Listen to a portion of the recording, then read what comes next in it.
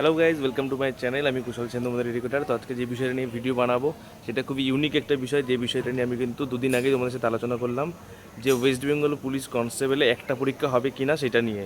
তো West Bengal police কনস্টেবলে কিন্তু একটা পরীক্ষাই হবে, সেরকমটাই কিন্তু ইনফরমেশান পাওয়া গেছে। ঠিক আছে, অর্থাৎ প্রথমে একটা এমসিকিউ টাইপ পরীক্ষা হবে, তারপরে হবে হচ্ছে মাঠ পরীক্ষা। তো তোমাদের জন্য কিন্তু এটা খুবই গুড নিউজ একটা, ঠিক আছে, যারা প্রিপারেশন করছো। তো প্রথমে হচ্ছে এমসিকিউ টাইপ পরীক্ষা, তারপরে মাঠ পরীক্ষা, তারপরে হচ্ছে কিন্তু ইন্টারভিউ।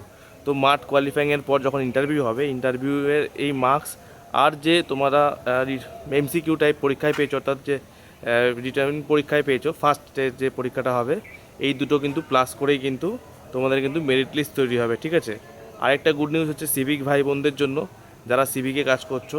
10% আগে তোমাদের কোটা ছিল, এখন কিন্তু সেটা বাড়িয়ে তোমাদেরকে কিন্তু 15% কোটা করা হলো। তো এটা আশা করি সবার জন্যই খুব ভালো হলো।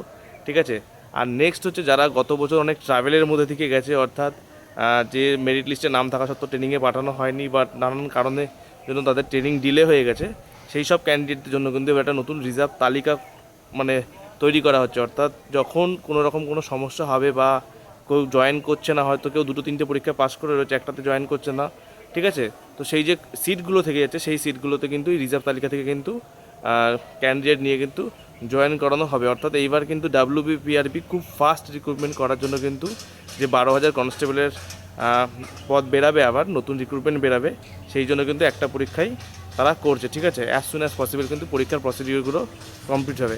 এই আপডেটটা আজকে পেলাম বলে তোমাদেরকে জানিয়ে রাখলাম। তো থ্যাংক ইউ, টাটা, চলো।